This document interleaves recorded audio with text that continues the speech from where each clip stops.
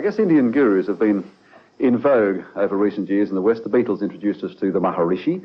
The Orange people blindly followed the Bhagwan. But there have been others far more credible and far more respectable. My next guest is a Bombay lady whose following is growing around the world. She says that you have the power to deal positively with every problem, from con men to cancer. All you have to do is know how to tap into it, to tap into that power. Would you please welcome the lady acclaimed as India's greatest living saint, the mother of Sahaja Yoga, Shri Mataji. Welcome. I know that it's very difficult for anyone to sum up one's religion, but is it possible to say what is Sahaja Yoga? Sahaja. Saha means with, Ja is born with you. This is born with you. Within us is the power which can give us the status of a spirit. We are not yet the spirit. We are at a human level, and in the evolutionary process, we have to now have the breakthrough to become the spirit. That's very essential and is absolutely eventually the all possible natural thing that has to happen. It should happen to all of us, and the time has come for you to get to that position where you become the spirit. All the religions have talked about it and told about it. But people have gone wrong in believing that artificially, if you say that you are baptized, or you have become a Brahmin, or you have become a peer, that you have become the spirit. It's not that. It's a happening that has to take place within ourselves, which is a living process, absolutely living process of the living divine force within ourselves. We've heard of lots of yogas. How does this differ from other Indian yogas? Other yogas were practiced mostly after getting realization, but as it has come from some half-baked people, it is in a very funny way that people follow it as if they have to take all the medicines together, and they don't know any discrimination about it. Unless and until you make this force rise within you, you will not know what type of attention is needed and what type of physical exercise is needed. Indiscriminately, people do physical exercises getting into trouble. Now, you speak of the force. Is it possible to say where does this force emanate from? This force is a residual power in our triangular bone called a sacrum. Sacrum. Sacrum. Okay.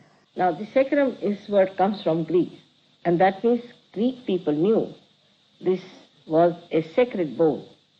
It rises from there, passes through our 6 centers, piercing through our fontanelle bone area, and you get the cool breeze of the Holy Ghost coming out of our head. That's what Christians refer to as... Yes. I mean, Holy Ghost, what is the Holy Ghost? Nobody can explain, but Holy Ghost is very simple to understand. This is the reflection of the Holy Ghost within us. Holy Ghost is the desire of God. God himself watches the working of the desire, and the desire is that we all should become the spirit. And this desire is reflected in our triangular bone in 3.5 points. Is this the central nervous system? No, it is in the triangular bone. This is the fourth force within us. Okay. We have sympathetic nervous system, left and right, and we have got autonomous, that is an autonomous nervous system, and parasympathetic, and we have also central nervous system.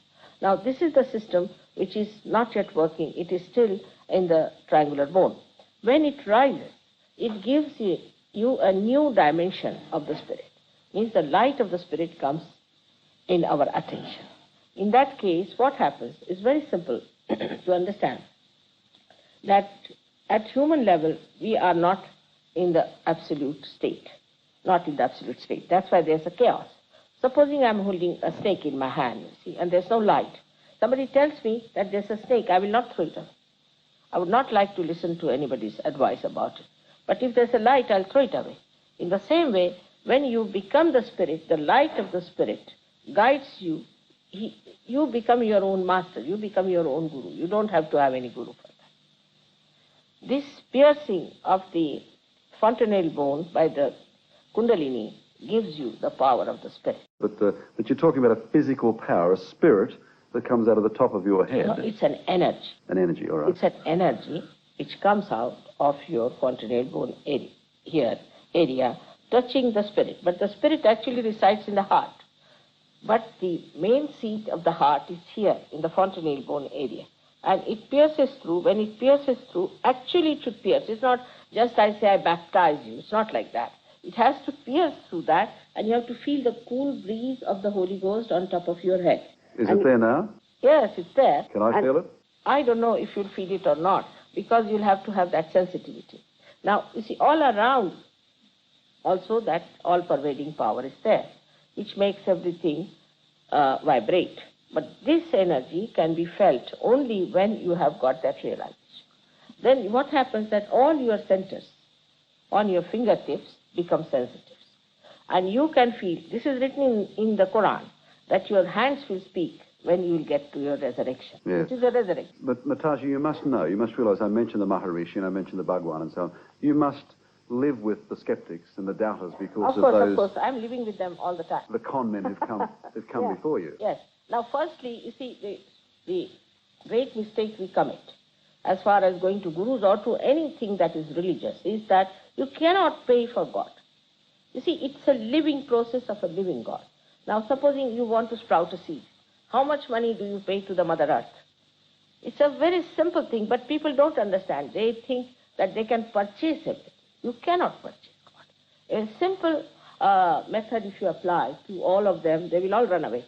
I read that that this spirit, this power you speak of, can deal with, as I said, I mentioned the comment, but can deal with cancer. Because, see, I'll show you now. This is the center.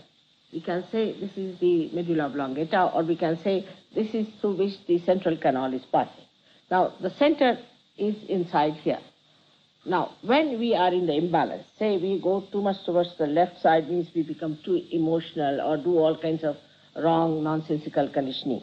Then, or if we go too much to the right in ego and all that, you see, then we break this. Once we break this, what happens? That the center becomes constricted and the energy becomes constricted. Slowly it breaks the relationship with the head, with the whole, and it becomes malignant. When it becomes malignant, it starts overpowering other cells. And that's how cancer is set in spirit. All right. Well, it's very difficult to understand and understand it cold as I'm doing now. Yesterday we had 1,500 people downstairs and about 500 people upstairs. And most of them got realized. Through radio and television, you've told people at home. They're very sensitive people, Hong Kong. Perhaps they're in trouble now because they have to go away and all that. Maybe that is it. People who are in need are more sensitive, are they? I think so, because they then anchor after God. You see, otherwise they think we are all right. What to care for God? You see, who is God after all? Otherwise, Australians are very good. Are they? We're very receptive, are we? They are the best people. They are very innocent, and they get their realization very fast. They stick on to it, and they have done wonders. They have done wonders. I should make the point that I saw one of your advertisements in one of the papers today, and you, I think there is a meeting tonight at the State Theatre in Sydney, but there is no fee charge. You're not in the... Of course not. You're not charging. You're not. No, not at all. Into rounding up money. No. No, I should make... All right, we thank you for your time. You're staying another week or so in Australia. Yes. You've been to other states, and you're now doing Sydney. Yes. Right. I'll be going to Melbourne. Sydney, Melbourne, and then to New Zealand. And to New Zealand also. All right, we thank you. I'm sure if you'd like to see Mataji, you could check your local newspapers and find where she's meeting people. Thank you very much indeed. Please thank Mataji. Please stay.